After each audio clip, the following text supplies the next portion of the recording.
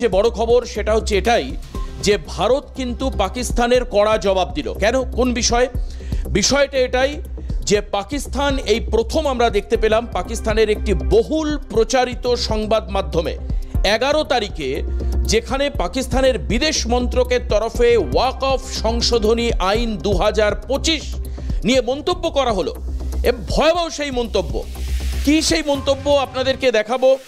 সেই মন্তব্য হচ্ছে এটাই, পাকিস্তানের বিদেশ মন্ত্রক তরফে শওকত আলী খান বলে একজন মুখপাত্র, তিনি কি বলছেন আপনাদেরকে আমি দেখাচ্ছি। সেই বক্তব্য, পাকিস্তানের মন্তব্য যেটা ছিল সেটা হচ্ছে ভারতীয় মুসলিমদের মসজিদ এবং মাজার সহ তাদের সম্পত্তি থেকে উচ্ছেদ করবার প্রচেষ্টা চলছে।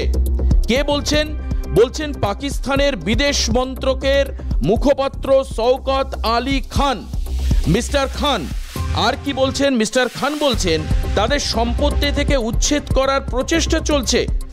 আপনি চমকে যাবেন, এখানে উল্লেখ করা হচ্ছে যে এটি ভারতীয় মুসলিমদের ধর্মীয় এবং অর্থনৈতিক অধিকার খর্ব করবে। ঠিক এই মন্তব্য আসছে কোথা থেকে? এই মন্তব্য আসছে পাকিস্তান থেকে। আমরা কোথা থেকে জানতে পাচ্ছি? ডন পত্রিকা 11 তারিখে এই আর্টিকেল প্রকাশিত করেছে এবং সেটাকে উদ্ধৃত করে সেখানে ছত্রে ছত্রে ভারতবর্ষের এই নতুন আইন অর্থাৎ ওয়াকফ সংশোধনী আইন তার বিশ্লেষণ করা হয়েছে এবং মুসলিম সমাজ এই নতুন আইনের ফলে যে ক্ষতিগ্রস্ত হবে, তাদের অধিকার লঙ্ঘিত হবে, তাদের সম্পত্তি, তাদের অর্থ এটা যে বেহাত হয়ে যাবে, সেই বিষয়ে পাকিস্তান মন্তব্য করছে।